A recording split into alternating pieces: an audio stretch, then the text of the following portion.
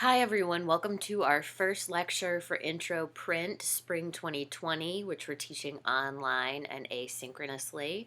I'm Rose, your professor. As you all know, we're starting out this quarter talking a little bit about the history of printmaking, what printmaking is, and you'll all be writing a paper for which the prompt went out last week. So keep eyes on your email to make sure that you're up to date on all of that. So to start out today, I want to talk about what printmaking is, define printmaking. Printmaking basically is an artistic process based on transferring an image from a matrix to another surface, often onto fabric or paper. Traditional printmaking techniques are varied, and there are, of course, more modern printmaking techniques as well.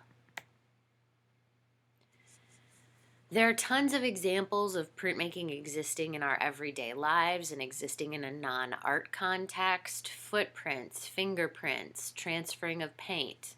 The thing that all of these have in common is that there's an indirect transfer of the image. So something else is covered with ink or paint or mud or a material that can be transferred, and that is transferred onto something else. When you think about painting or drawing or other media, that's a direct process of image making. You're putting the brush or the pencil directly onto the canvas. Whereas here we're using this intermediary known as a matrix in order to move our image from one substrate to another. As we get going later in the quarter, we will be making our own prints using a variety of different materials. Here you can see a very basic image of how printmaking works. You have your matrix. In this case, that is the block, which is sitting on the cutting mat on the table that has been inked up. This looks to be a wood block that's been carved out. Ink has then been rolled across the top surface of that block, and then that image has been transferred to paper. So paper has been put on top of the plate, burnished down with different kinds of tools, and then the ink is transferred. We will be doing processes like this as we move on with the quarter. This is basically just a fancy rubber stamp, something we call relief printing, or printing from the areas of a matrix that are not carved away. We'll get into that a little bit further. Again, before we move into the studio portion of this course, I want to talk a bit about the history of printmaking. Again, we're doing this asynchronously, hoping that that is what works for everyone best, and I hope you'll have patience with me as I'm not used to recording my lectures, and I'm doing this at my house, so hopefully my cat won't knock anything over, create a problem. Anyway, a brief history of printmaking. The oldest examples of printmaking that we have record of are cave paintings, where early humans would put their hand onto a cave wall and paint around it by spitting, or print their hand by, putting a colored material onto their hand and pressing it against the wall. So printmaking is tens of thousands of years old.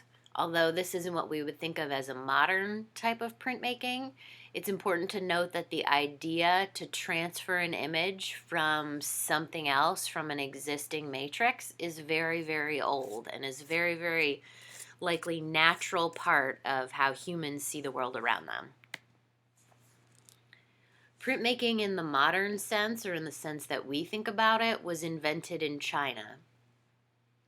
People will often credit Gutenberg in Europe with inventing the printing press, which is not true, and we'll talk a little bit more about that.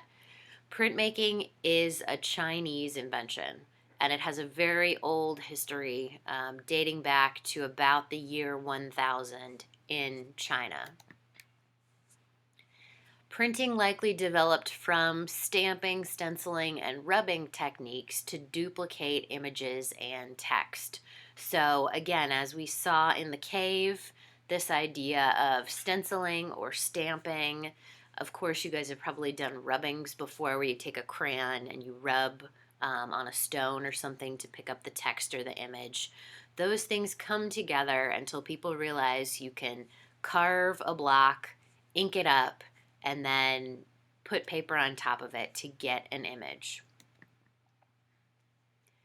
One of the biggest reasons that China was so far ahead of the West in terms of printmaking was the availability of paper. Paper is another Chinese invention.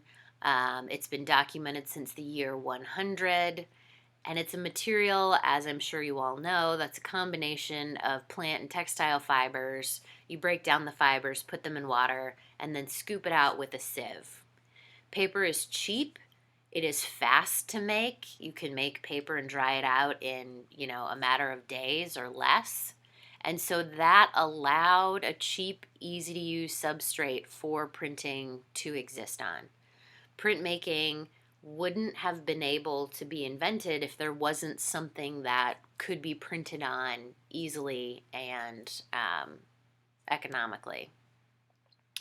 So here's a short video that we'll go through. This just shows the basics of how paper is made. You take existing fibers, so cloth or fibrous plant material, you grind them up, you wet them, you break them down further with heat.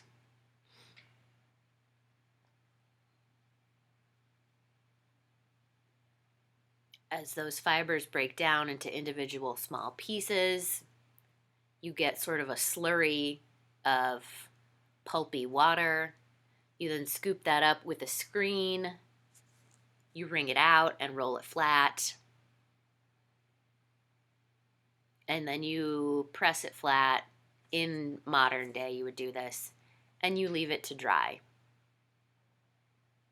Paper is still made this way, though it's done on an industrial scale with machines and things that can dry the paper more quickly. But it's a cheap, easy process that can reuse fibers, that can use wood and plant material, that creates a situation where printmaking can really take off. In Europe, where paper had not been invented and due to travel had not made its way there yet, they were mostly using parchment for writing, bookmaking, religious texts, etc. Parchment is a writing material made from the untanned skins of animals, usually farm animals, sheep, calves, and goats, and it was used as a writing medium for over 2 millennia. There's also vellum, which is a finer quality made from young animals. As you can see here, this is a tanned hide on the left. This requires slaughtering an animal, which is expensive. It requires treating and defurring the skin, which is time consuming. That's a 2-week process. Then drying out the hide. It's a very long, slow, arduous, and expensive process. Because the Chinese had this access to paper, they also became the first culture to have printed images be part of daily life. In around 1000, the government took control of currency production after an iron shortage, and paper money was invented in China. So it's around the year 1000 that regular everyday people are having contact with printed images. This is very hard for us to even imagine because we are constantly inundated with printed and mechanically reproduced imagery every day of our lives. But try to imagine a situation. Sorry, there's some noise. Hold on one sec.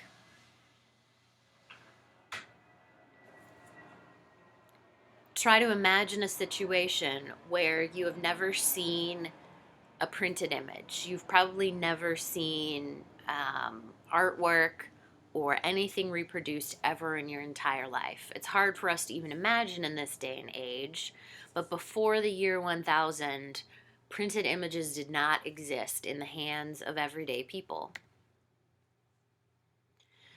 So in China, the early printing method that we're talking about is called xylography. So if you remember that picture we looked at the beginning where it's a single block that has been carved out with an image, that is xylography. So the earliest forms of printing would involve carving text and writing into a block of wood or metal or another substrate. Clay was also popular. Over time, we developed typography, which is basically printing with movable type. So the idea that you could just make little versions of the entire alphabet and then line those up to create words. So this speeds up the process of printing. No longer do you have to carve out the entire text for every book. You can simply take individual letters, you can reuse them over and over again, and you can create any word you want in a much more economical process. So here we see two examples of Chinese xylography and typography. On the top, we see a wood block. It's a single solid piece of wood, and the text has been carved into it. On the bottom, we see movable type or typography. Individual little pieces, each one having an individual character on it, lined up to create a book. This is basically how we think about typing now. We have individual keys that are corresponded with individual letters. We don't have to start from scratch every single time.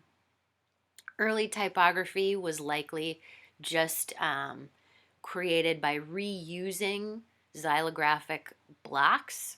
So individuals would take an old woodcut, cut it into pieces, and then just use those individual pieces to create movable type.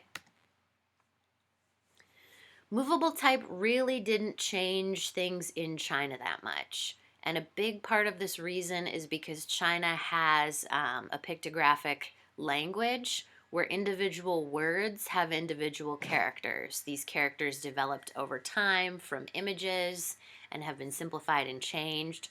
But it's not an alphabetic language. There are thousands of characters. And so if you think about having to have individual pieces of movable type for every single character, having to find a system of organization for those characters because it's also not a language with an alphabet, as in the letters aren't in a specific order. You can't alphabetize things easily.